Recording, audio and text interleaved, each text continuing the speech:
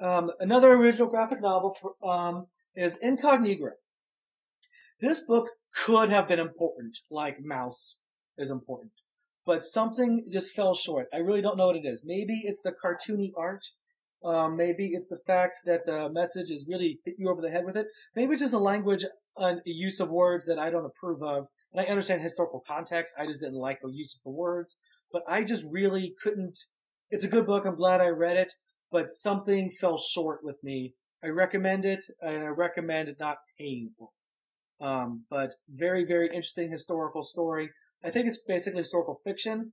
It's still a very interesting story, but something just was off. I don't know. I can't put my finger on it. And finally, for this group of specials, is Scud the Disposable Assassin, the Whole Shebang. This is issues 1 through 20, a special, and 21 through 24. This book is seriously what comic books should be. It is absurd and stupid and fun and cartoony, and it just makes you feel happy to be reading something so incredibly dumb. It's like Aqua Teen Hunger Force dumb. Like, it's just, you get into it and you're like, wow, this is just awesome. The author here, Rob Schrab, I can't pronounce words. You know this by now. He maintains in this absurd and chaotic book a level of logic and rules that even when you know to expect the unexpected, it's gonna make sense. You're never really kicked out of the story based on the absurdity of it all, which sometimes with people who are trying to be funny for funny's sake, like the Weekly World News series that I stopped reading. It's just doing it to do it. This did it for a reason. $30, seriously, this is one I want to pay for. $30 for this much. 27 comic books for $30. I cannot recommend this enough. It's a fun book. Give it to your friends. Everybody should enjoy this. And one last selling point for Scud, the Disposable Assassin, the Whole Shebang. The main bad guy, one of the major villains, Voodoo Benjamin Franklin. That's right, Benjamin Franklin as a voodoo priest. This book is awesome.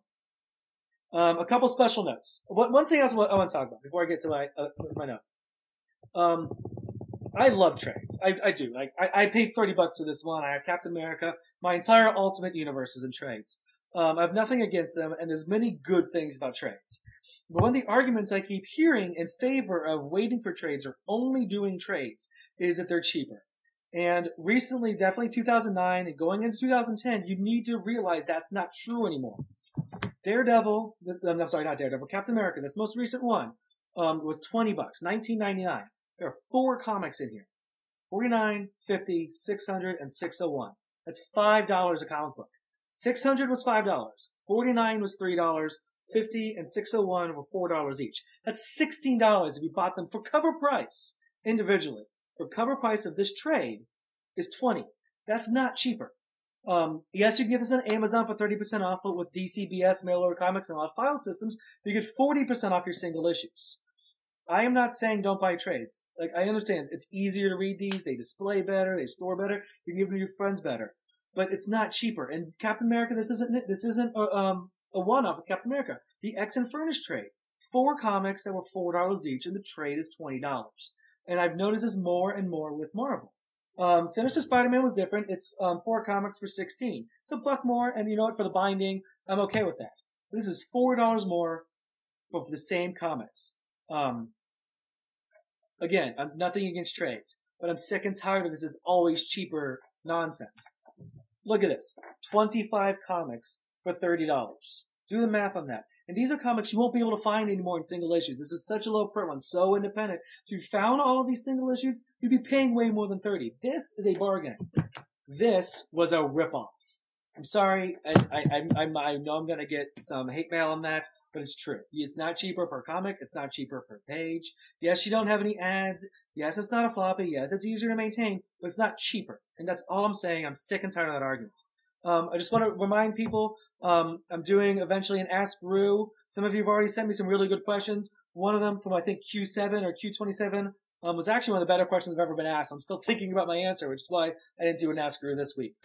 So please, IM me, PM me, email me anything you want to know. It doesn't have to deal with comic books. Apparently, and I'm not going to go and redo this. This is going to be a 2-parter. Sorry about that, or not. You know, I'm not sorry. I don't care. Hit play twice. You'll deal with it. Or you won't. So for the 3 of you who are going to watch all 13 minutes of this, thanks, and later, peeps.